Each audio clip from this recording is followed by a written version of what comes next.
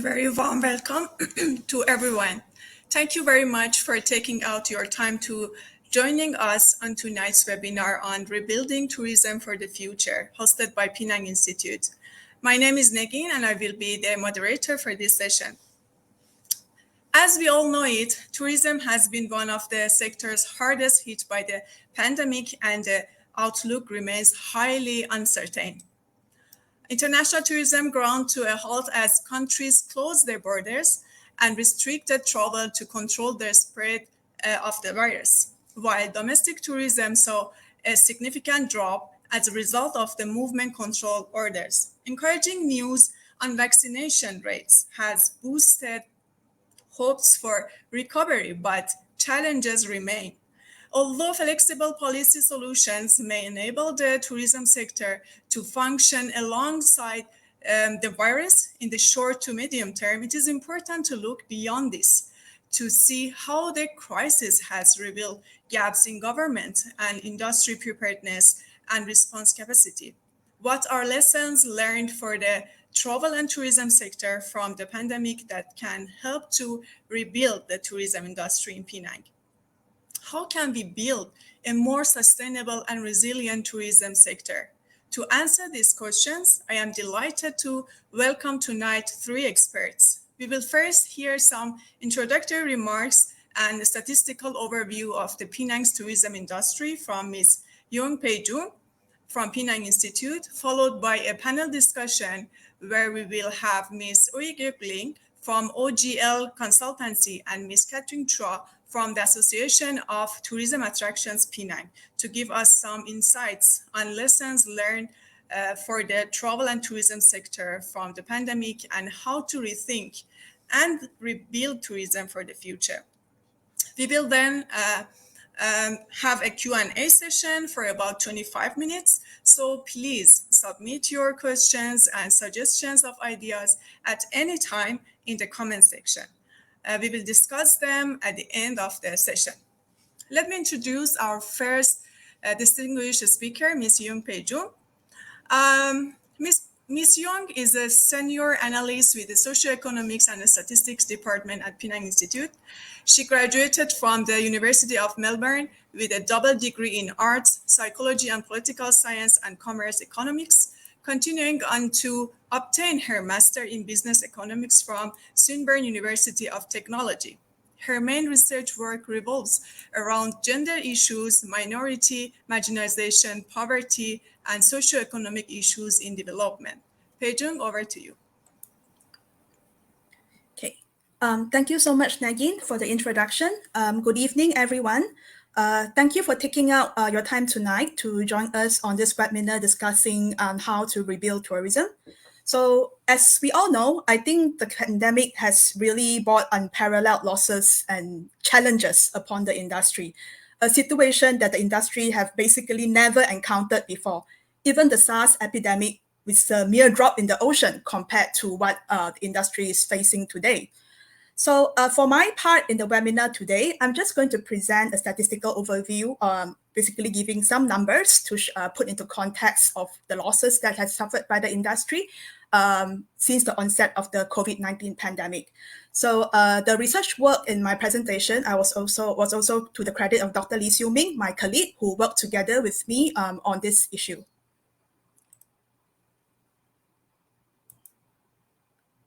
Sorry, just 1 second. Okay, so on the outline of my presentation today, so firstly, I will be talking about the impact on the tourism workforce. And then moving on, then we will see some numbers of tourist arrivals and departures at the Penang International Airport. And then I'll touch a little bit about the impact on the hotel industry, followed by impacts on the domestic tourism. And then we'll talk also about the impacts on two of the biggest contributors to Penang's tourism industry, which would be medical tourism, and MICE tourism, which is meetings, incentives, conferences, and exhibitions. And I'll end with a little bit of presentation on heritage tourism and ecotourism, which would hopefully lead on to our next panelists in their panel discussion. Okay, First, on the tourism workforce. So I think it's unsurprising that tourism workers have faced retrenchment, unemployment, and most of them have been put on forced leave, which can be paid leave, partially paid leave, or unpaid leave, ever since the pandemic began last year. So Geok Street did a survey in September last year that actually found out that 63% of the total tourism workers in Malaysia were not working at the time of their survey, or they are permanently retrenched. So more than 60% of these workers work in accommodation, hospitality, and food and beverage. So for Penang, we tried to gauge the numbers affected via the latest available data. So the latest available data on the tourism workforce we have is from 2015. So that's from the economic census published in 2016. And then we made the assumption that the tourism workforce would not be significantly too different in terms of numbers. So overall, tourism workers are 53.8% of the total workers in Penang's services sector. Okay, so potentially affected. So we are looking at 39% of workers in retail trade and 35.6% workers in food and beverage services. So these two sectors are the sectors with the biggest percentage of workers affected since the pandemic. And also country-specific tourism services, 11.4%, and accommodation and hospitality at 8.8% are also assumed to be considerably affected. So we also look at a little bit more recent data. So we obtained that from the labor force survey, which was published this year. There are 69,100 workers in accommodation and food and beverage services, where more than 4,000 workers are in the hotel industry. Other than that, we also managed to obtain the data that there are 1,666 licensed city guides as well as nature guides that are affected, and then they would have seen significant loss of income as they also work when there are tours in town. So when there are no tours for them to lead, there will be zero income for this group of guides. And additionally, we know that trishaw paddlers are also quite ingrained in the Penang tourism sector, especially in the area of the UNESCO Georgetown Heritage, the Heritage Center. So then we will see approximately 120 trishaw paddlers will be severely affected. And we do know that this group are also very dependent on tourism income. Okay, moving on, just to let everyone see the passenger or tourist movement at the international airport. So we know that passenger movement does not necessarily mean all of them are tourist movement, but a lot of them would be tourist movement. So looking at the chart, we can see that international arrivals started to taper off in February 2020. That's just before the movement control order was announced. So overall, if we look at a year-on-year comparison for March, domestic passenger movement reduced by 61.6% and international movement reduced by 74.5%. As quarter one overall, on a year-on-year comparison, domestic tourism was down by domestic arrivals, was down by 25.7%, while else international movement is down by 37.8%. And then from there on, we can see a drastic drop in quarter two onwards. So we can see especially for international arrivals, you are basically nearly 100% reduction. And that's not surprising because international borders are shut.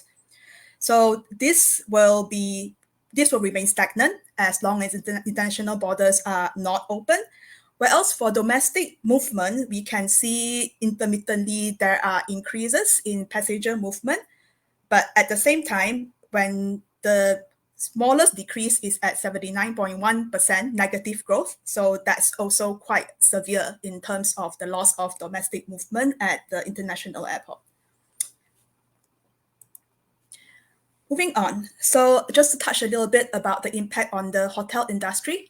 So since the onset of the pandemic, we have seen 9 hotels in Penang announcing their closures, and among them we have Equatorial and Holiday Inn Resort, which really have been long-standing institutions in Penang, but unfortunately they are not spared from the effects of the pandemic. So Northern All Suites Hotel has said that they are closing for renovation and rebranding, so hopefully we will see them reopening in the near future. So for the hotel industry, there are small periods of revival alongside domestic tourism, but they are not sustainable due to the rising COVID-19 cases and the cyclic shutdown of state borders. And also, we cannot discount the financial impact from the loss of international travelers. That's going to be that is hugely substantial. And during the cycles of MCO 2.0, 3.0, and during MCO 2.0, we have seen hotels recording single-digit occupancy rates of between 2 to 4%. So that's quite severe indeed. So to combat some of the negative effects, most hotels have launched food and delivery takeaway services just to sustain their operations. And of course, these are the numbers for the start hotels, we call them, with ratings. And we have not yet looked at the boutique hotels and the smaller hotels. So the closure rates of these hotels might be very severe as well. Okay, just to touch very quickly on the impact on domestic tourism.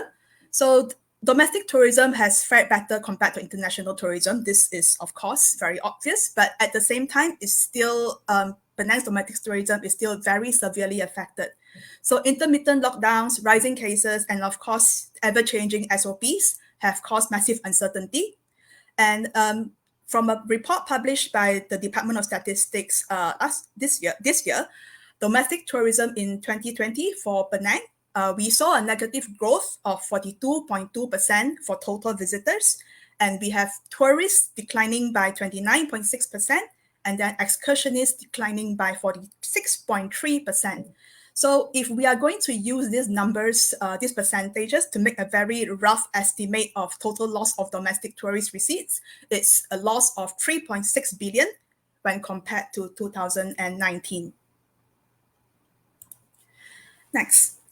So just to discuss a bit on the impact on medical tourism. So as we know, the medical tourism industry is one of the top contributors to Penang's overall tourism sector because just some numbers, in 2018, the latest data that we have, Penang has accounted for 56.8% of overall tourists, medical tourists, and 60.7% of total medical tourism revenue. So that's quite a substantial bit of the country's overall patients as well as revenue. So from the chart, we can see that the industry enjoyed rather strong growth rates after a bit of a negative bounce back in 2018. So in 2019, we saw very good growth rates of 19.2% in revenue and 10% in total patients. But that's brought to an abrupt halt in 2020. As we can see, patients declined by 71.4% and revenue declined by 77%. This actually mirrors the production loss from the Malaysian Healthcare Travel Council. And these losses are not surprising at all because Penang's medical tourism industry does hinge primarily on international patients, most specifically Indonesia, where more than 90% of Penang's health tourists actually hailed from Indonesia. So moving forward, I think there's going to be a need to re-establish Penang as a safe and trusted medical hub. Just to add that the Malaysian Healthcare Travel Council's projection for 2021 for this year is 50% of 2019's revenue. So this projection was actually made late last year. But looking at our current situation, it's September now.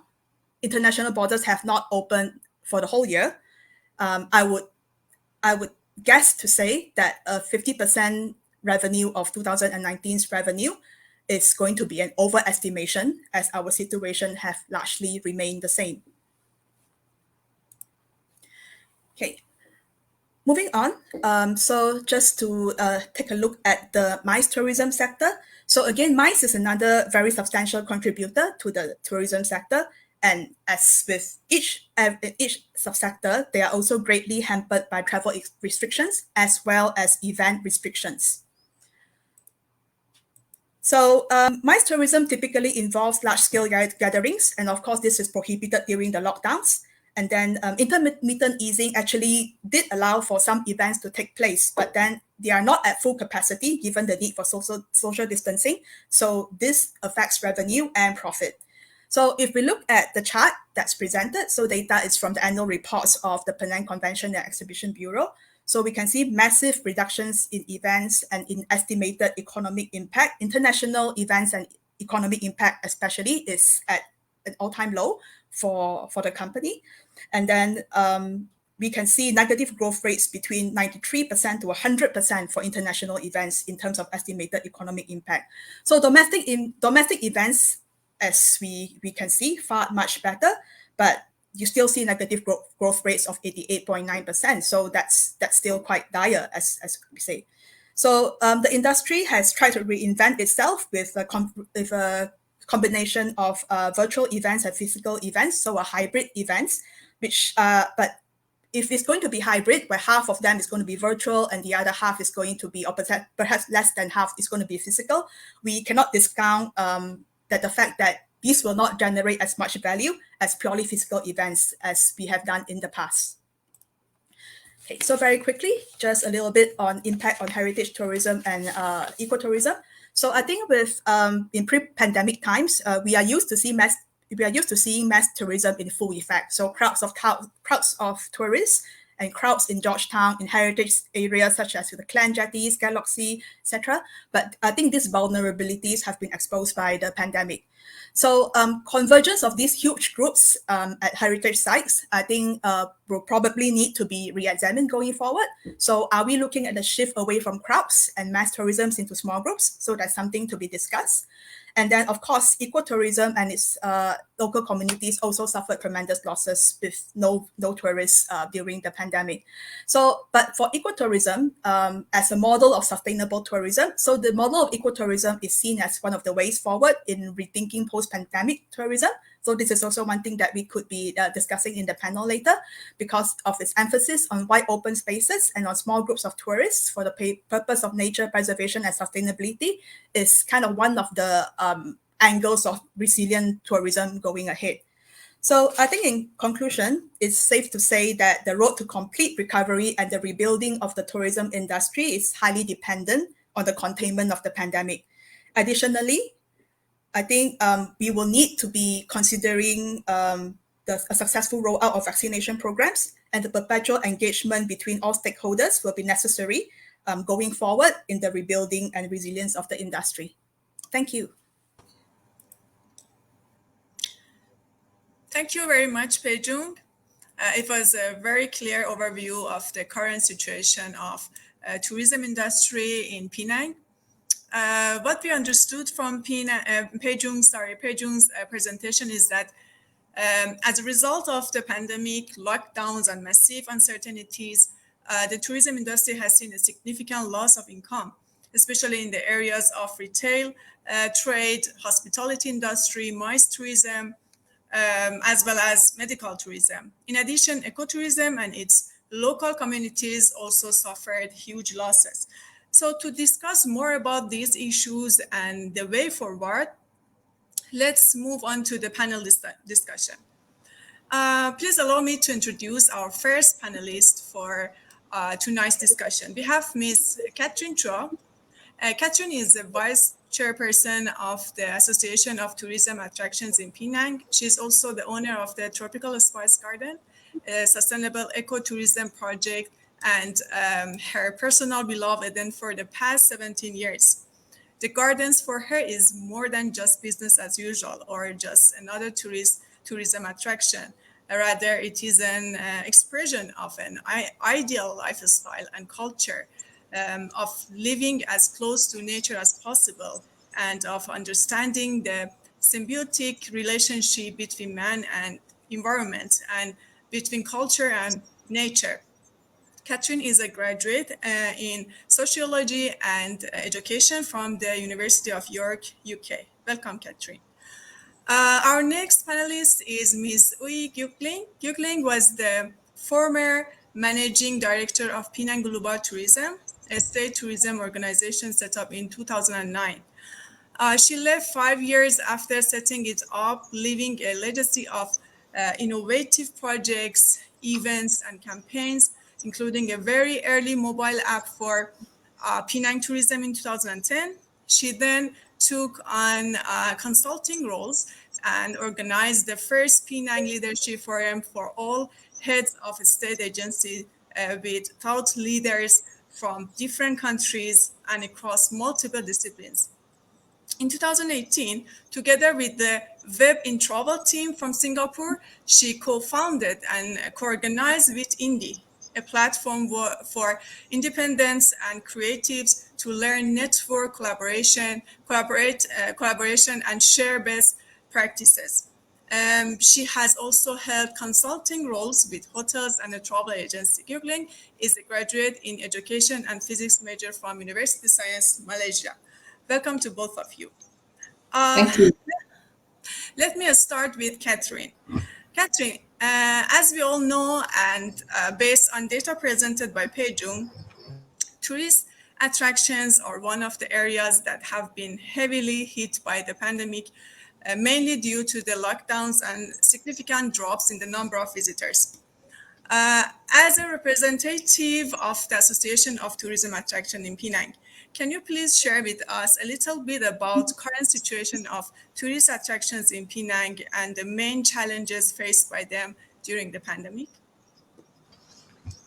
Hey, good evening, everybody, and thanks. So it wouldn't be an exaggeration to say that it's just been absolutely dire, right? I mean, as a representative of the Association of Tourism Attractions, I'm privy to, to talk to a lot of the major players of attractions in Penang. I sit on the committee, so we have a good relationship, and I put that question out to them. Excuse the traffic. I put that question out to them, so could you describe the situation? And here are just some of the little boxes that came back, and you see that dire situation just repeated over and over again. You see, it's critical, zero income. And, I think one of the members put it so succinctly, how much worse can it really get? So, we have a lot of us have shared experiences. So in my next slide, I talk a little bit about, the issues and challenges. The most obvious one being just having zero income. One night you have a business and the next night you have no business. If you defined yourself as tourism, and through it all you have the ongoing overheads from staffing, utilities, in my case rental. And then I was just kind of thinking through, like, what was some of these challenges, and for me, just little itty bitty things like salary negotiation, this kind of constant, like, how much work will you do, how much will we pay you, how much can we afford, how much can our savings stretch for, and so it's this constant uncomfortable negotiation, because recognizing that your staff need to survive, they need to live, there's a livelihood here as well, and then in my experience, it was that challenge of realizing and recognizing from very early on that this is not going to be just a SARS. This is not just going to be like a 1-2 month thing. There was a much long haul in view, and so you're trying to transform your entire business through all the uncertainty. There's time pressures being placed on you. There is, you've got reduced manpower working for you because there's many dropped by the wayside, and yet you're trying to transform the whole business inside out. So it was incredibly pressurizing in that sense. And I also talk about the pressures of time. Suddenly we became full-time teachers at home to children, and there's all that whole very real factor as well. And as I say to the team and all the time, it's just you're trying to plan for an absolutely unplannable situation. It's unprecedented what we're feeling, what we're going through, and even coming out of it now, do we really know what's ahead? Can we really plan? It's extremely challenging. Yeah. Thanks a lot, Katharine, for sharing this. Well, yeah, this pandemic has indeed very tangible impacts for the tourism sector, which is critical for many people, places, and businesses. It also shows gap in industry preparedness and response capacities. Ling, I have worked with you on a couple of tourism-related projects, and I've always known you as somebody very positive. But can you still be positive at a time like this when almost all figures are showing downward trends? Negin, you're not trying to make me out to be someone who's delusional, right? You've seen all the numbers by Jung. you've seen Katharine's slides on her members of ATAP, all suffering and all in dire straits. So I'm not a magician, not predicting when all this will go away. And I think being still positive at a time like this does not mean not acknowledging how bad times are. But I think the optimistic side of me saw lots of exciting things. And I think that saying that there are opportunities amid adversity cannot ring more true, I think, than at a time like this. Sometimes it takes this kind of situation to make people get out of their comfort zone. And again, these are all terms which everyone is so familiar with. But do we really know how to do something about it, And so this is the test. This is the test. Now, let me just say something. We're not there yet, maybe. I don't know. We're not there yet, as in we haven't opened up. But look at Singapore. Singapore is an island. I think they've never even used that term before, domestic tourism. I think more than anyone else, this is a new term for them. And yet they have managed to make it work to some extent. They're getting excited there with the experiences, novel experiences that they have created. Dining in aircrafts, dining in cable cars, all creative experiences. So the platform that's selling experiences, for example, Klook, which we in WIT-Indie tried to introduce to our local players back in 2018 at first WIT-Indie conference. They sell experiences on their platform. And for the countries that have opened up slightly in terms of local tourism in China, Hong Kong, Taiwan, and in Singapore, Klook has reported for the first time a profit. And they sold more experiences than they ever did pre-COVID times. So what does that say?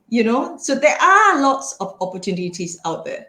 Hey, if you take even the little provision shop, which I at one time thought was at risk of dying and was going around asking people, hey, what can we do to help this little provision shop out?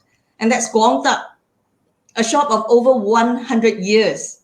Even they are saying they're doing better than ever. Okay, that's not tourism, but I'm just saying it's still adversity for them, right? Thinking they're selling only to the locals. They're selling like local food stuff, waxed meat and stuff like that. And I was like, what? Because they learned to then sell online. The proprietor is now over 90 years old. You can say, of course, he got help. He's not the one doing it. It doesn't matter. But for him to say that his business now is better than ever, that's amazing. So there are lessons learned that we can all learn from this, whether we choose to or not. Now, sadly, I think it won't be unfair of me to say this, that the players in Penang has been slow in rising up to the demands of digitalization.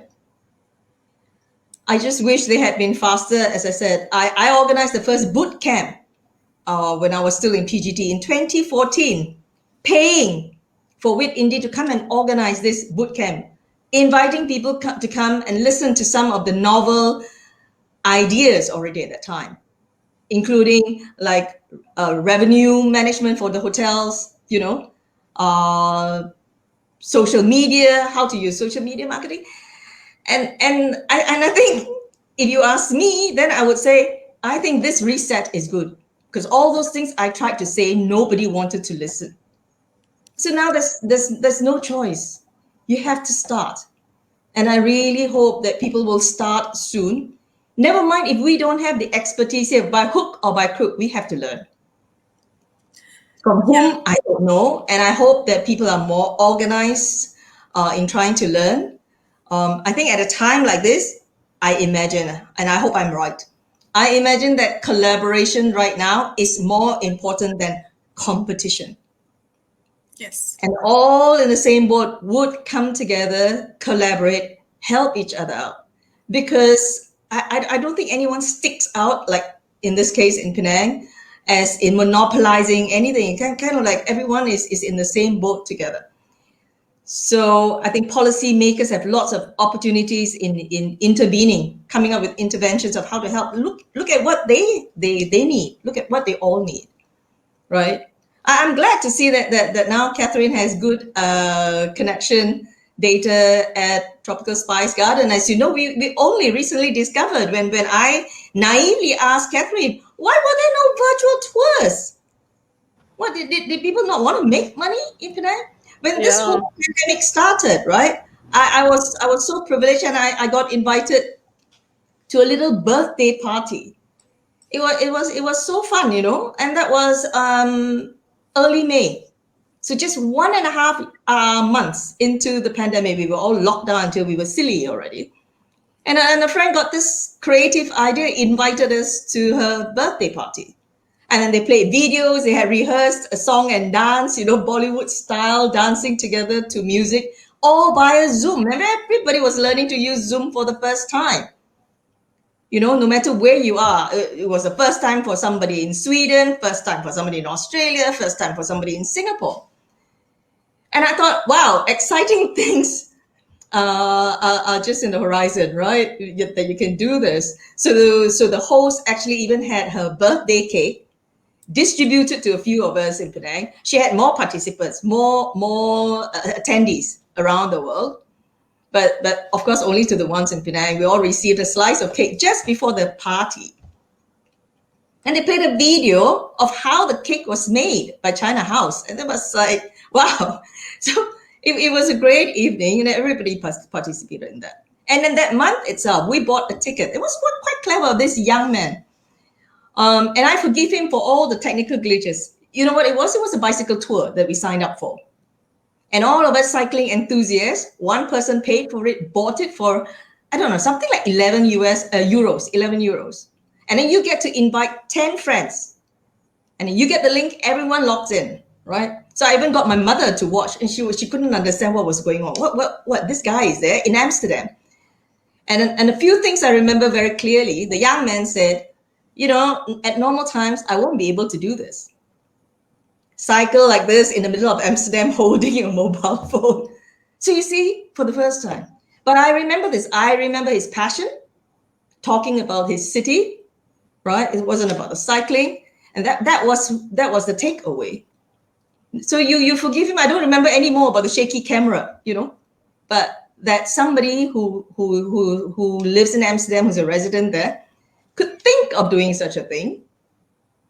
It wasn't very expensive for just 11 euros. And we signed up just to see what it's like. And I remember at that time waiting for somebody to do something like that in Penang. I thought we had lots of people, you know, with all the experiences. So then I started doing street art. Guess where? Not in Georgetown. In Brazil. People were doing virtual tours there. But I do understand now. Go ahead, Kat, you might want to say something about that. What your frustration about that with the infrastructure?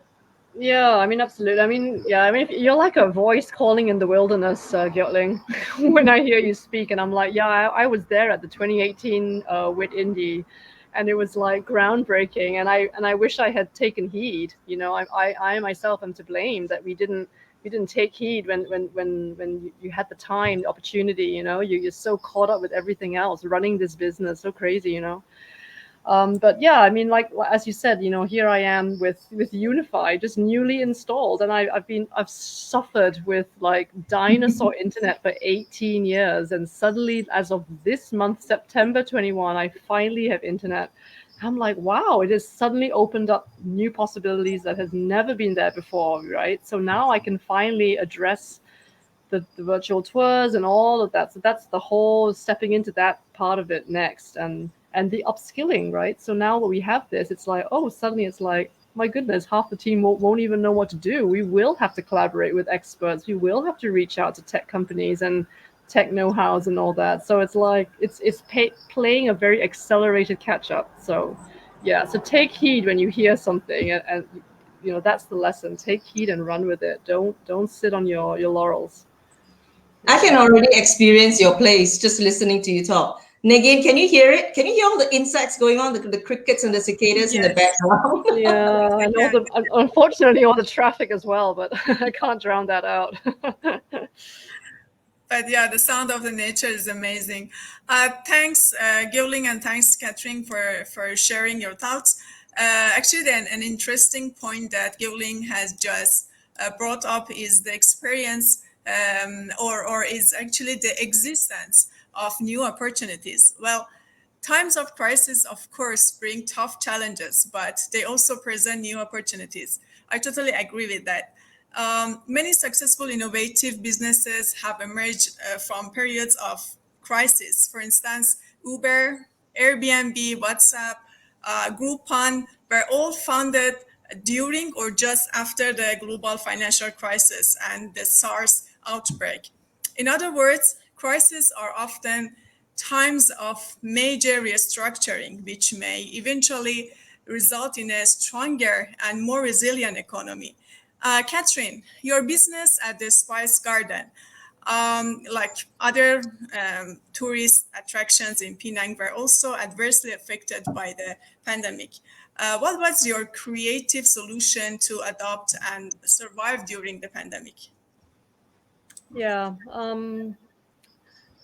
there were a few shared lessons that I think a lot of us came through. I mean, I'm talking from speaking to my peers in the industry, and without a doubt, almost all of them said, it's about having a healthier cash flow as you move forward. Moving away from this single source of income. Not putting your eggs all in one basket, and realizing how important it is to diversify what you do. So those are I think the shared experiences that we all walked through. Some of the other ones that came up were just being agile and ready to transform. This whole what it has taught is that you really cannot be so set in your ways. You've got to be able to readapt and move, because things really do move so fast, right?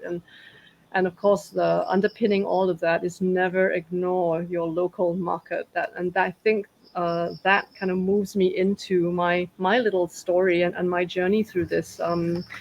So my little notes from TSG is as I kind of sat on this a little bit more, and how do I put this forward tonight? I think one of the biggest lessons for me was realizing that this has taught me that I can actually live on a lot less. That the business can survive on a lot less. Everyone, in our personal capacities can actually survive in a lot less. And so you start to think about the excesses that we lived through, and realizing we really don't need so much. We really don't need as much as we think we do. We don't need all those excesses. And I realized that it was the fact that we are a small business. We always have been. I've always had a small team, and I've always felt in some way the poorer cousin to some of the bigger players out there, because we are small. But in this time, I've been actually very thankful that we're small, and so could I dare say that small is the new big, because being small gave us the ability to be more agile, more conservative, and more lean when we had to be.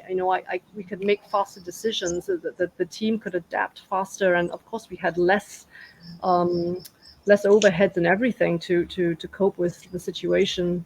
Some of the big things for me as well were, I really used this time. It was a really very personal time for me, where especially during the first MCO, where it was just this 3-4 months of solitude, and it was going very deep into, it was almost like a vision quest, and realizing that it's about really kind of refocusing our efforts into the value of where our business are, what our story really is, and allowing everything to just be burnt away, and realizing that so much of what I did, I just felt like you are filled with some regret. Like I wish I had zoomed in earlier on the things that really mattered to my heart in this. And I think the last thing was about that first and foremost, whatever we do must have a relevance by the local community first. I think that was another big takeaway for me. And so out of that whole 3 months of solitude and silence, what I then birthed was this statement of Hati dan Bumi, and that for me at that time it was a recovery. It was my recovery campaign statement. It was saying, the Spice Garden's going to emerge from this. Not, we're not getting back to business as usual. We're not getting back to where we were, but it's a new beginning where we are returning to what the core value of this garden is. It's the core value of who we are. It's returning to that place of soil, earth, and what grows out from that. And I know it sounds in some way quite cheesy, but it really was that, simplifying business, simplifying and cutting back of the excesses. So what grew out of Hati dan Bumi, translated, heart and soil, was this idea that if that we need to make a connect with community. That first and foremost, what's going to ride through this, and I feel like this whole 1.5 years for us was journeying, quite ironically, out from tourism. So I was trying to kind of pictorially show this, and in my next slide, in the very core center, we were always seen as a tourist attraction. Our tourist attraction was based on telling a story of Penang and its spice trade, its spice history, our agricultural history, spice related. And then I feel like it's grown along the years. Then we kind of widened that a little bit. We are botanical gardens. We are a repository of plants and plant knowledge, and so that was something we carried as well. And in fact, just recently we've started to engage with conversations to be a seed reserve. There's a seed reserve or seed bank initiative that's happening nationwide, and we want to be a part of that. Where we share knowledge and we share, hidden, forgotten grandmother stories of our plants, our herbs, and all that. And then of course, and then during this pandemic, again, it grew. I want to be a community space. It's not just, I don't just want to be an attraction where people come and go, but it's about building a community that stay with us, grow with us, that feel there's a belonging to this place. And I feel that became so important during this time. And then a future vision that I'm currently now wrestling with, planning for, is some sort of forest school vision where we start affecting the next generation, and what a forest education could possibly look like on the grounds. So it's this real journey. So out of that grew Spice Fam. Spice Fam was our way of overcoming. As I had mentioned earlier, one night you have a tourism business, the next day you don't. But I believe, and there was something very innate in me that believed that somehow this space was still relevant. So business may not be relevant, but the actual physical space of being a green, healing, a sanctuary was relevant, and it was about bringing the community here. Who are my new community? It may not be my international community, but it's certainly our neighbors right around me from Penang. And so out grew Spice Fam, which is basically it's a membership, but we don't like that word, membership. And it was about making it affordable. It's a garden for all, and that's really my heart of it. And so it was cheap. It's 25 ringgit a month, and that's how it all started, really. And so from last November, we kickstarted this actually in November, but it was off to a very slow start because we never had the opportunity to go big with it or anything, because we kept going to lockdown and everything. So just planning was just a nightmare. So the next few slides just show a little bit about the different communities that we engage with. So we started a community garden where we had allotments growing, and folks from the community came and they took up an allotment for themselves where they were free to grow anything. So that was something that grew out of that. And the next slide shows that we started becoming more engaging with children and what we did with kids, and that was me. I did a natural dyes workshop, and it was just so, I was like, oh, I'd much rather be doing this than sitting at some board meeting, discussing tourism, when this is where my heart was, is to be with the children, be in the ground and get my hands dirty, So this is all the good things that have come out of it. And then just moving along. moving along with the slides.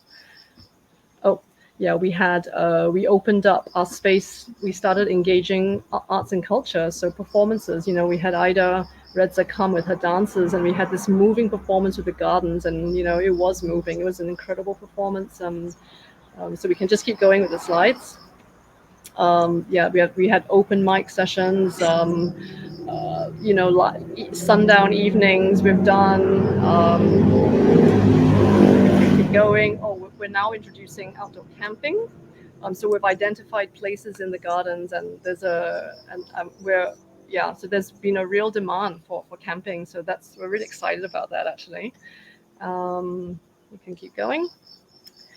Wellness has been again a growth of what we did. So now with our Spice Fan packages, we're offering yoga classes every Tuesday morning, and again, it's about seeing the outdoors as the new studio. Everyone wants to get out, right? So this is just the beginning of more to come.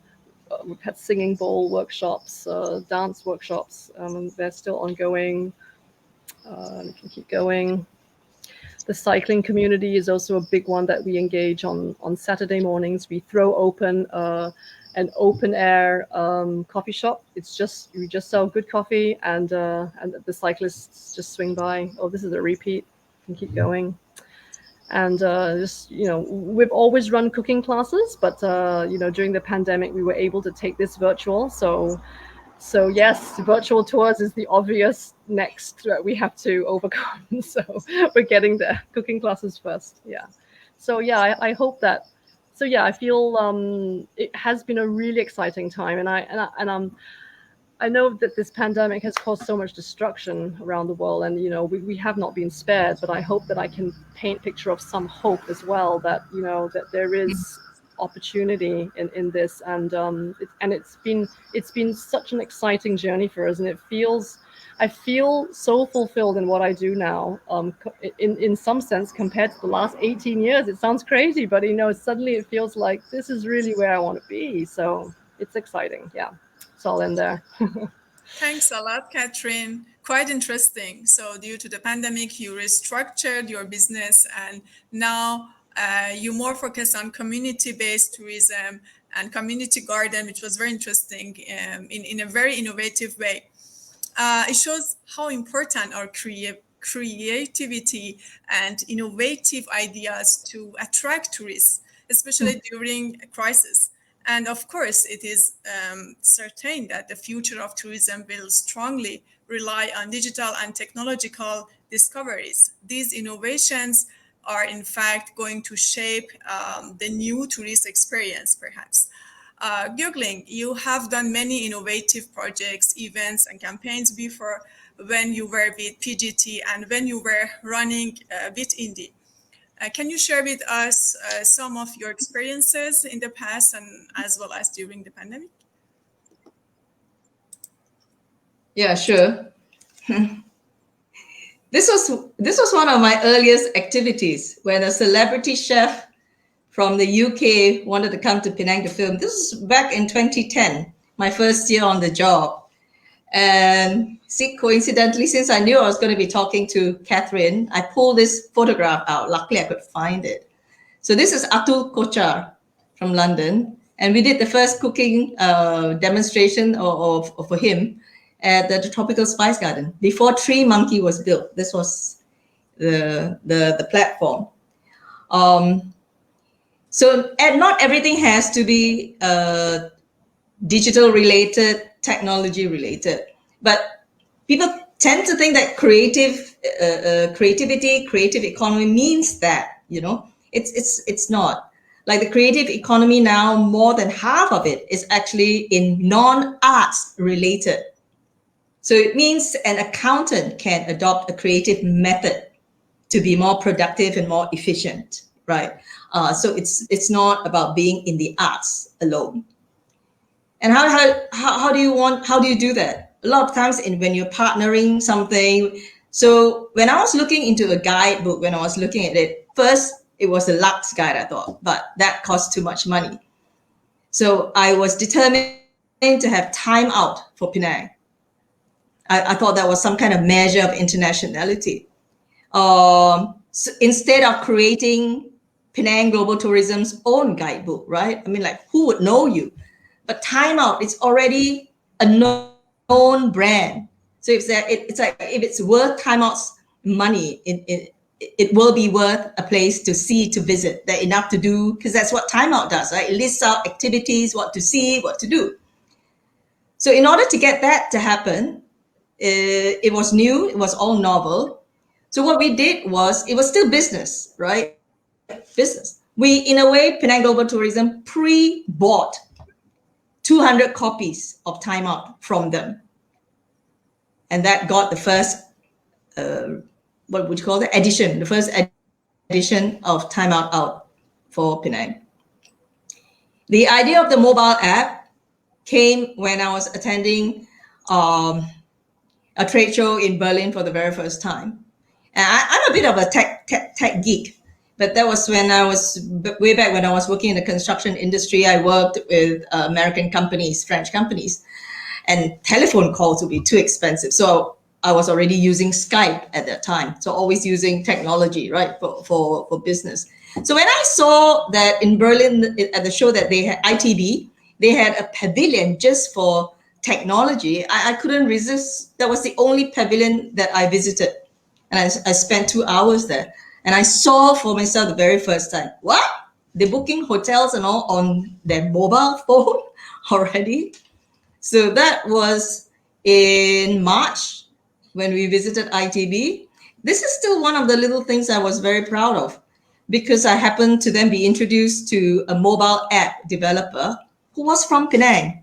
And this Penang champion thing, right? You always want to believe that the Penang can do it, right? We're supposed to be a city of first. We were a city of first for so many things. We had the first school, we had the first bank in Southeast Asia, all the first. And we managed to launch that mobile app by October, the very same year. And I believe at that time too, that we had to learn how to do this. Not that it had to be perfect the first time, but how, especially in technology, you just have to immerse yourself into it. So I get highly excitable when it's technology projects. And therefore, when I was again talking to someone and had this opportunity to run another event using technology, I didn't want to miss out on it. So that's the video mapping projection. After it was done at Suffolk House, we repeated this at the town hall for Malaysia Day, if I'm not mistaken. And we had a live Borea in front of it. So it was, I guess you call it hybrid. Today you can say that that was a hybrid event with the Borea, the live music and video mapping projection on the town hall facade. So this was, I think, back in 2012, if I'm not mistaken. But you know, Negin, I think it was just 3 years ago, I took my mother to Sydney to see Vivid Sydney. Oh my God, the level of video mapping projection that they have done there. We stopped after this project. So where are you going to get people who will be good at it if they're never given the opportunity to try? And I guess at that time, with my position in PGT, I had that budget, I suppose, when the event was right, to be able to give the opportunity to young technology innovators to try this out. I believe that was still one of the more exciting things that I did. Thank you. Thank you so much for your insightful thoughts. It's actually also important to anticipate, like what you were saying also, to anticipate people's needs, right? So what consumer require during the pandemic, for our case. So we all know that consumers' confidence has been hit hard by the crisis and the ongoing uncertainty.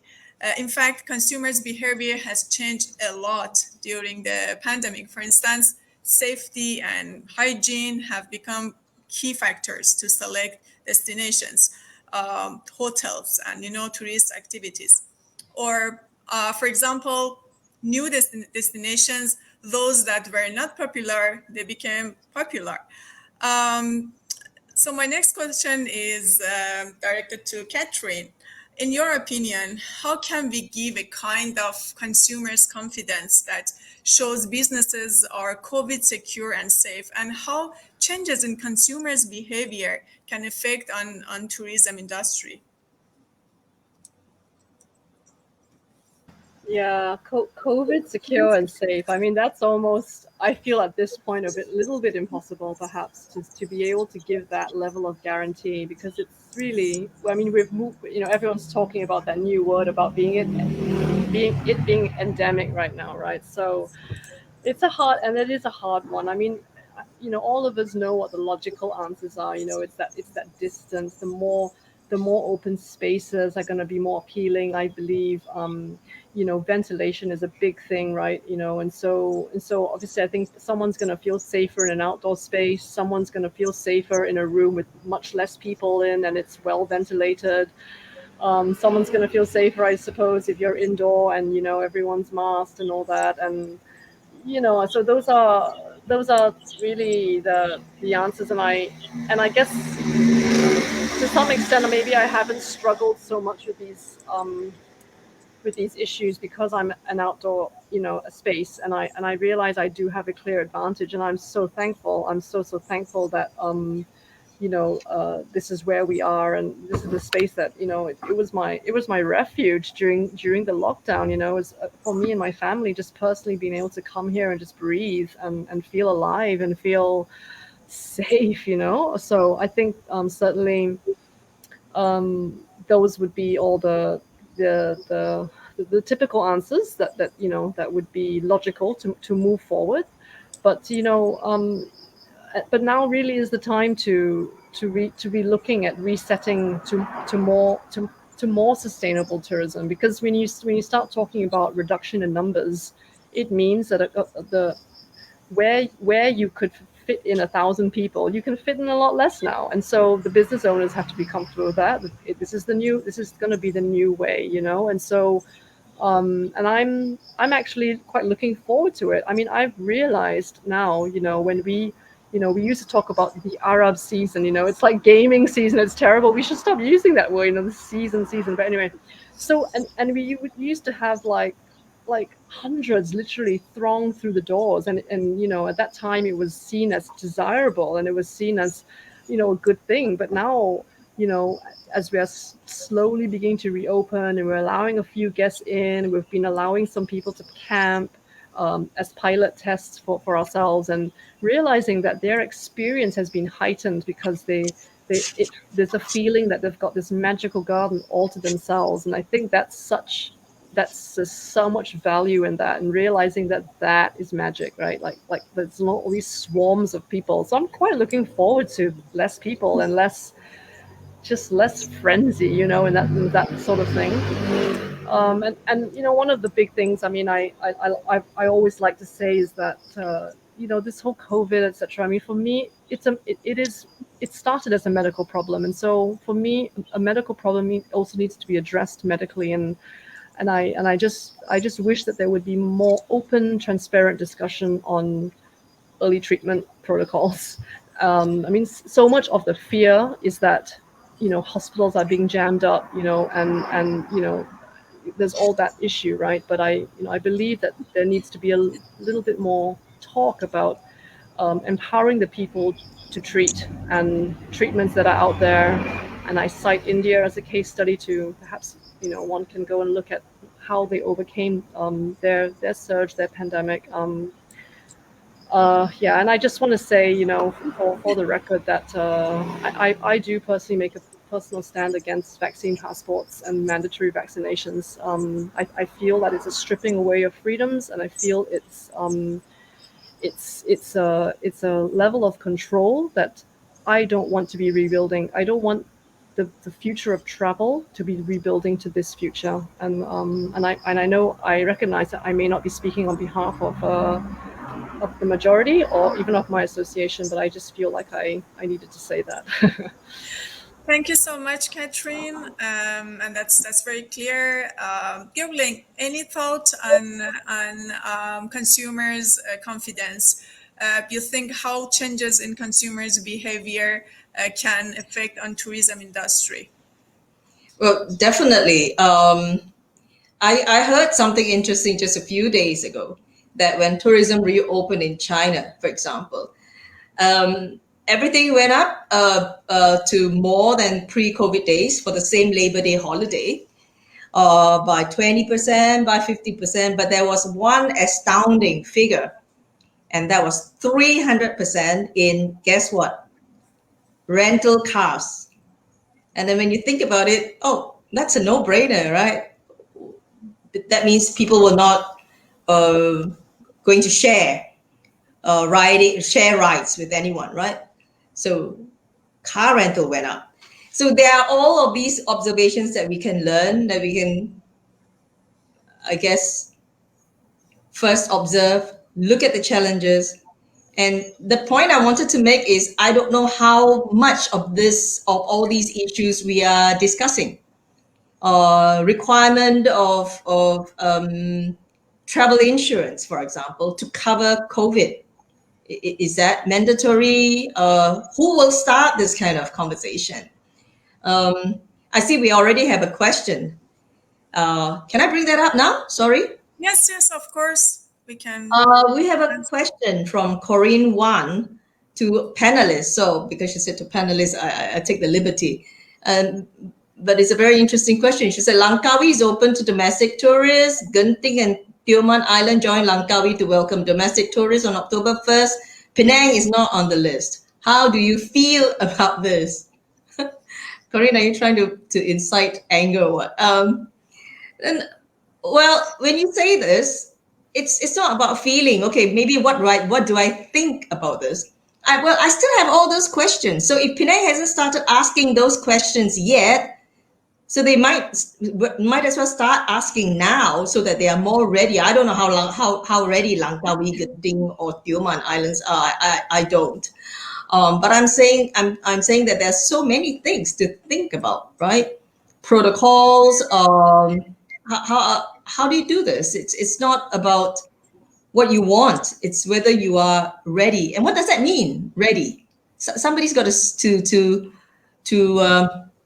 that out, right? Even when someone said, I think in the early days, that you have to sanitize your car. And I was wondering, what does that mean?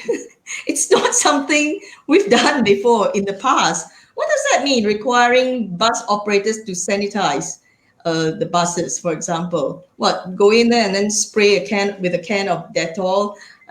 It has to be very specific, right? Like this, if we welcome and I heard that our hospitals are already overwhelmed now. So if cases surge, where do they go? If a visitor comes and meets medical requirement, whom do they call? COVID treatment is not cheap. So I tried asking this about insurance, and I think that discussion has got to start, right? Thailand has started it in the opening up to tourists, and they've stated that travel insurance against COVID-19 is mandatory. And you buy it if you don't have it in your country, you buy in Thailand. So somebody's got to be working with insurance companies. I'm not advocating for the insurance company. I'm just saying this is a genuine question, right? Are we ready? When we say open, we open. I don't know. Maybe Katharine is more privy to all these discussions. I don't know, but that's the question, isn't it? I mean, but on the other hand, can we ever be ready? I mean, will we ever be ready? I mean, if we have to wait for the perfect scenario, I don't think we'll ever be ready because no one really knows what we're doing. I don't think everybody, every nation, every city is struggling with the same questions, the same issues. So I guess at that point, you just have to start. You just have to start and be prepared to fail and be prepared to quickly pick up, quickly learn, and move on from that. Because honestly, if you don't start, we are dying. It's you just have to go. You cannot keep us locked down like this indefinitely. And yeah, so Yeah. I mean that's really my fear. You just have to go. But that's what it means also about the authorities who say this island is ready, that island is ready. What are they basing it on? I don't know. And when they announce it, there's hardly any information that goes with it, in terms Yeah. of a specification. What is I it? mean, it just feels it's just based more on a political choice rather than that they are more ready than the Penangites. Really. Yeah. Unfortunately, yeah. Yeah, and probably having more cases also may not mean a place is less ready, right? If the industry players are more prepared behind the scenes in training and reskilling, should that not come into account? Should it just be on just numbers, right? So there are so many things to look into. Perhaps a place that has more open space, for example, right? So there are all these things that, like I said, that policy interventions have the opportunity. Hey, we're talking. Look at talking about open space. I'm just wondering. So many questions to think about. Will we be, for example, allowing more places to dine al fresco? I mean, at the time, for a while, our city council says no tables and chairs on 5-foot ways, for example, right? But are we ready to rethink that and allow them to have tables and chairs on 5-foot ways now that al fresco dining is deemed safer and that dining capacity has been reduced to half, for example? And all these places are so small. You reduce the capacity to half. How many people can they seat inside? So is this the time now for them to rethink it? So this would be a way of helping them, right? So it's not just with help. It's not just about giving handouts, but maybe giving more opportunities. And that's just one little example that has come to my head every time I see these people struggling with their businesses. And look at when they allow businesses to reopen, that you can dine in. How many restaurants are really open now? Why are they not open? So being given the permission to open may not mean you want to open. So perhaps representing ATAP, I mean the whole collective group should think about that probably, and make that decision on behalf of the policymakers. I think you can tell better whether you're ready, not they. Yeah, thank you so much, Ling, for your very insightful comment and answering the question. Katharine as well, thanks. Just to audience, if you have any questions, please submit it in the comment section. We can discuss about it during the discussion. So I think it's a good idea to combine the panel discussion with Q&A. If there is any question, we can address it during this session. Ling, like just now you were talking about readiness, etc. So it leads me to the next question.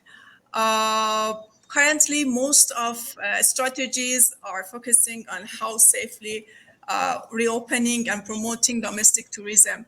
But at some point, we need to also reopen the country to international visitors, right? So in parallel to domestic collaboration, we also need regional and international collaborations, whether that is related to airline regulations, hotels, simplifying and eliminating visa requirements, etc. It also depends a lot on, like what you mentioned, on the vaccination. So it depends on vaccination rate, which is currently not so equal, especially in the region. Ling, given the current situation of COVID, when do you think the country will be ready to open up to international visitors or establish regional, sub-regional travel bubble? Can the Phuket sandbox model be applied in Malaysia? What do you think? Well, in the first place, Negin, Phuket Sandbox model excludes Malaysia. Yeah. We're not on the list of those that can travel to Phuket under that model. So that's where even my most optimistic side cannot answer. Of course, at some point it will go back. Again, I will keep saying that it's up to us to ready ourselves. And even if there are no policies made, nothing changed, it's up to us. What can we do?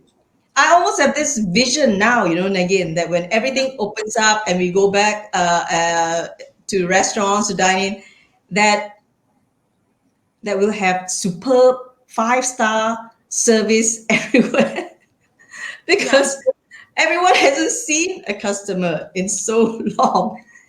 But will that be reality? I don't know. So I really cannot answer the question. That there are too many things right now going on. The airlines. Oh my God, we've lost direct flight to Hong Kong. I think we're still flying to Taiwan on Starlux. China, but is China Southern still in operation? All our direct flights to Bangkok. I think just before the pandemic, the tourism Penang was so positive about everything and trying to increase direct flights. For example, they've been asking for direct flights to Australia, places like Australia, Korea for the longest time. So maybe with this reset, everything resets, right? So I don't know what that means. Perhaps lose some, win some. I don't know. For me, I think even if you don't look that far, let's try to be ready for local first. I was looking forward to when you were locked down, right? When you completely locked down, I suddenly treasured my freedom of going over to the mainland when we couldn't go anymore. And when that was allowed, I made a few trips over there. Went to Air Hitam, recreational area, went to Kampung Agong, went over to Pantai Bersih for the first time. It was all only because of COVID-19. Went over there for seafood. And then there has been all this talk about promoting more tourism for the mainland. And yet at a time like this, where are the local experiences on the mainland, right? So that's part of that domestic tourism we are talking about. So first you're locked down within your district. So when inter-district opens, we can do something. Why wait? So then from inter-district, it becomes interstate. So if you can't handle inter-district, what makes Penang people like what Katharine said? It's about local community. So everything's got to be good enough for us. It's not just about being ready for tourists, right? Everything that we do, if we do it well, people will automatically want to come. Right now we're going to have 2 UNESCO recognitions. We have the heritage one, and now we have the UNESCO Biosphere Reserve. So as the optimist here, Negin, I am not worried about international visitors wanting to return if we get our act right. So if we do it right, and social media, sometimes you don't even have to do the marketing, it will be everywhere. Like that if the locals have what makes the difference? If it's the locals posting on social media that they had a great time in Air Hitam or in Kampung Agong, for example, won't that be some kind of testimonial already, right? So we should start with that. Encourage more people to go, and then highlight hopefully the improvement in all the services or infrastructure, transport, for example. How do you get there? If we could do that first for inter-district, and then I think we will be more than ready for interstate or even international. But may I also just add here that I say right now, perhaps too optimistic. I'm not saying there's no work to be done. There's lots to be done. First, in getting the place ready. But I also hope with this reset, let's start rethinking what the real visitors coming in search of a heritage place and in search of a biosphere reserve, what are they looking for? So if you're preparing, for example, I don't know, for example, up in Penang Hill, we had a simulation center for earthquake, for example. Is that what you think a person visiting Penang Hill, because it's known as a biosphere reserve, is that what they will want to see? A simulation center for tsunami and earthquake? I mean, we have to start thinking about these things. And perhaps this is a time. We'll have nothing except time to think and rethink. Yes, I totally agree. And in fact, the issue of opening borders or even interstate traveling, sorry, it's more the issue of what do we do when people arrive here. It's more a question of what the guidelines for people who moving around would be, right? So we also have, if panelists agree, we also have one comment from one of the audience, Tan, which is saying that whether ready or not, at least we have to ensure the hospital bed occupancy is not exhausted in the first place. So if you have any comment on that, which I think you already made comments on that thing, so we can go on to the next, let's say, question. Katharine, as mentioned before, the crisis is an opportunity to rethink tourism for the future. We all know that capitalization or capitalizing on digitalization, supporting the low carbon transition, and in fact, promoting the structural transformation are needed to build a stronger, more sustainable and resilient tourism economy. How do you think tourism businesses in Penang can shift to practices that better balance the environmental, social, and economic impacts of tourism, or in other words, sustainable tourism? What are the enablers? Yeah, so I mean, a lot of the, standard ecotourism guidelines. I mean, one of the big things that they stress on is, is size, right? Is quotas, establishing quotas on everything you do. And so that is a welcome change, and that's why I keep stressing about going small and starting small. And I think it's that practice of it's a home game changer, isn't it? When you're not driving after numbers, you're not driving after just cramming however many, because now you can't, because now there's health risks involved, and so so it's a big wake up call that we can actually start to really look at that and how can we be sustainable in that, and I believe we can be. As I've mentioned before, a big thing now is moving away from, I don't feel like I run a tourism business anymore. I feel like we are the caretakers of a garden. It is a very different mindset. It's about recognizing what our true story is, right? It's about recognizing the wonderful assets we have, the story that we're trying to tell, and making that's building on it. And people come because they're interested in that story. People are magnetized by something they see that's relevant to their lives. Being connected to nature is relevant into their life right now. Understanding, holistic health, being in outdoor spaces is relevant to people's lives right now. And that whole heritage and historical factor of Penang as a spice island, it's an educational perspective. It's a historical perspective that draws people.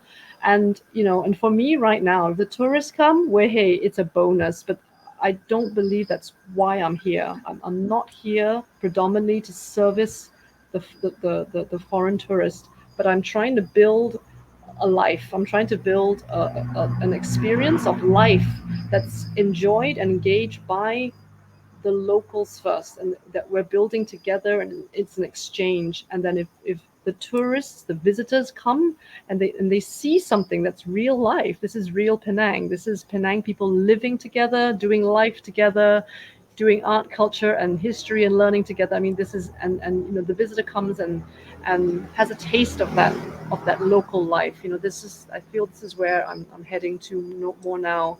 And I remember reading an article, that in this new normal, I mean, I think we will see less of this kind of frenzied travel itineraries of 2 weeks. How many cities can I pack into 2 weeks? I can see the whole of Southeast Asia in 2 weeks. Go from Penang to Hanoi to Cambodia to Singapore, and I feel this will be a great reset where people go to visit a city and they plunge deep. Instead of going wide, they go deep. And what a wonderful experience for the visitor to come and really experience something of life in one place, in one community. How rich that is! What a rich experience it will be, without having to feel that they need to, consume, a myriad of cultures, right? So I think I'm looking forward to that, drilling deep, and I think that Penang as an island will. As a destination will offer so much to that, like there is so much to do. I remember having those conversations, like trying to convince the cruise ship liners that to stay 2 nights in Penang because there's so much to do. But oh my goodness, we create our lives in Penang 24/7, 365 days a year. There's so much. It's an enriched experience, and so I'm just offering that. So I'm looking forward to rebuilding slower, rebuilding deeper. And being sustainable, not just environmentally, but just sustainable for our health, sustainable for my workers' quality of life. I mean, all those things have shown up, I'm just talking as a mother, as a working woman, and all the pressures of having to homeschool your children. Children are now at home with you. It's a reality. It's a reality for half of my team or more, because they're all women with children. How are they going to do this? How are they going to work for me and run the home and run school at home? How do we answer these questions? Women wake up how many percent of our workforce, and if we don't address those issues and make it sustainable for them, so I feel it's sustainable operating on so many different levels. Thank you so much, Katharine, for your very insightful thoughts. We are actually running a little bit over time, so I would ask the last question, which is actually somehow in line with Elizabeth's question, one of the audience. If it's possible to have her question below as well. Ling, first of all, what are your thoughts on a resilient model of tourism development in Penang, as well as what do you think about high-end tourism in contradistinction of mass tourism? What do you think about it? Well, thank you, Elizabeth, for posing this question. I believe some have heard me say this when I was in Penang Global Tourism, that I sometimes felt as if I wasn't the best person to run PGT if only numbers were what they wanted, more and more numbers, whether that would be sustainable.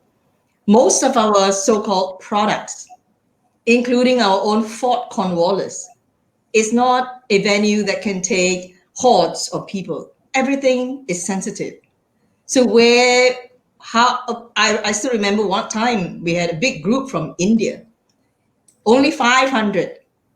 Okay, that's not considered a big number in any way in a big touristy city like Bangkok or Singapore. 500. And we couldn't accommodate them to just have tea up in Penang Hill.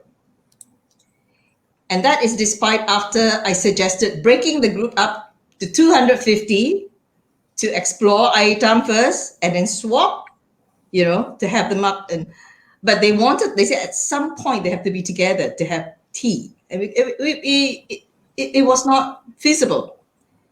But there are lots of places like that too. I remember the first lesson I learned at a seminar in WTM at the World Travel Mart was Peru trying to reduce its number of visitors in a year. Trying to reduce. I mean, they were putting in policies to actually reduce the numbers. And all these were challenges. I still remember being challenged once for not promoting the clan jetties. I said, not promoting the clan jetties? What do you want? Where are the parking areas for buses to unload people?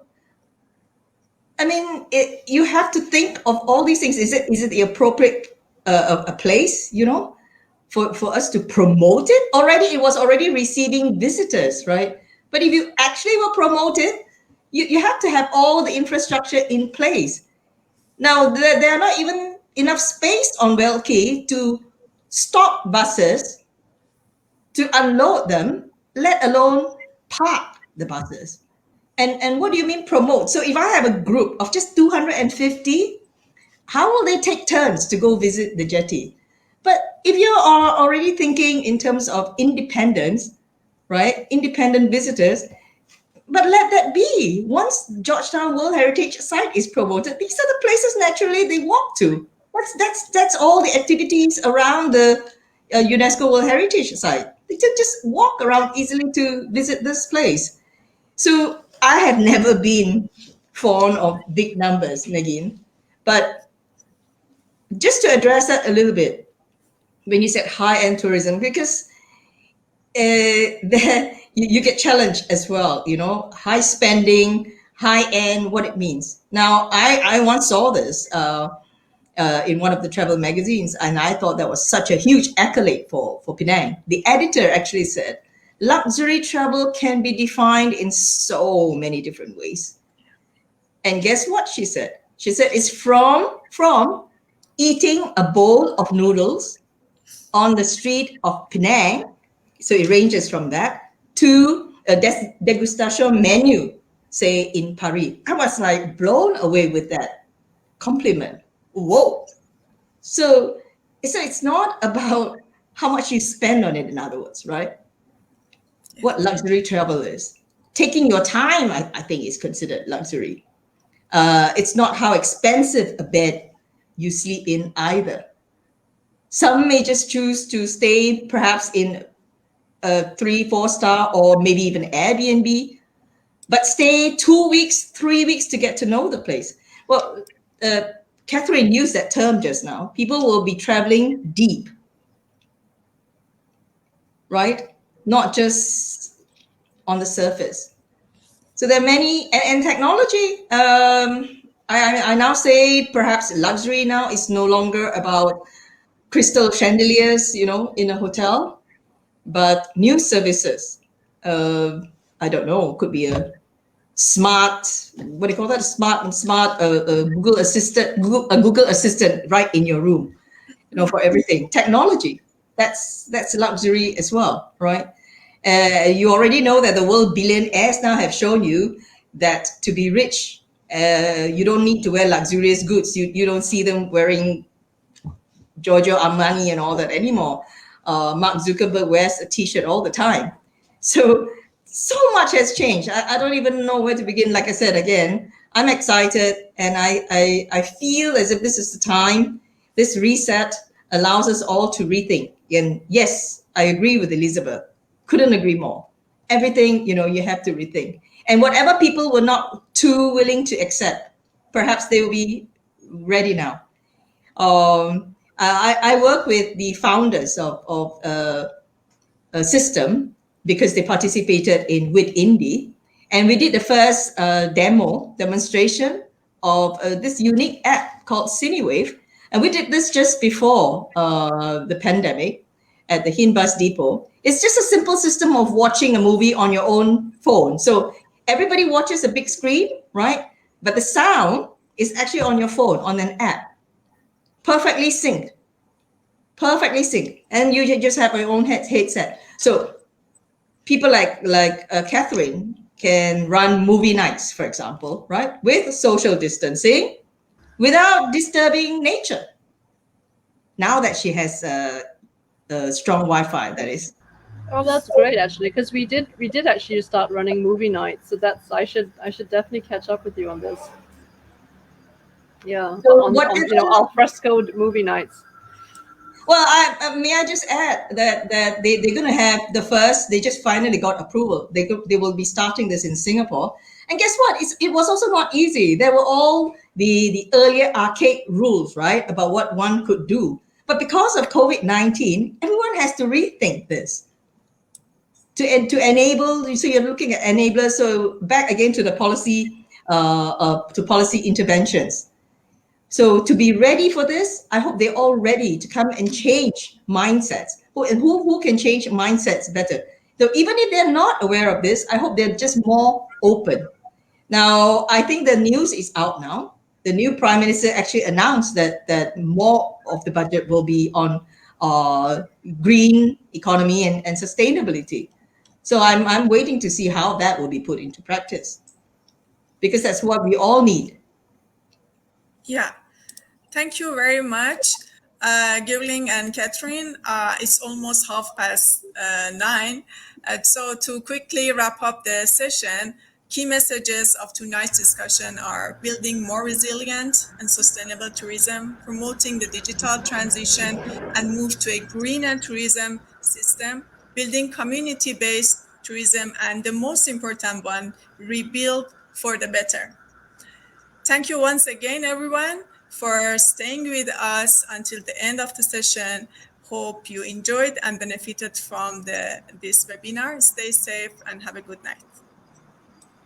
Thank you.